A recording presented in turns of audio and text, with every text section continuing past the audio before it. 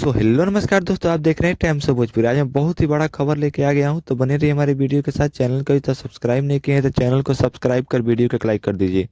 चलिए वीडियो का स्टार्ट करते हैं। पवन सिंह जी और खेसारी लाल यादव जी के बीच का विवाद अब खत्म हो चुका है। बहुत जल्द एक बहुत ही बड़ा पर्दे पर मूवीज लेके आने वाले हैं। हाल ही में शुभंकर मिश्रा ने पवन सिंह जी से पूछा कि आप दोनों का एक साथ फिल्म आ सकता है कि नहीं।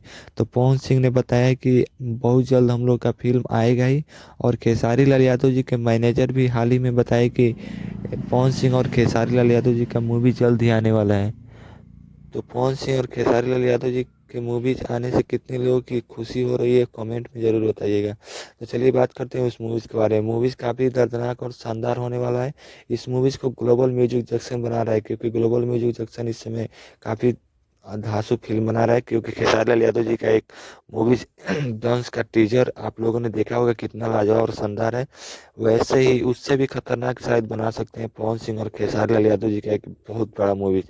और भोजपुरी ही नहीं, पूरे बॉलीवुड नहीं, पूरा साउथ हिल सकता है इन दोनों के आने से। तो हमारे चैनल को सब्सक्राइब कीजिए, अपने दोस्तों से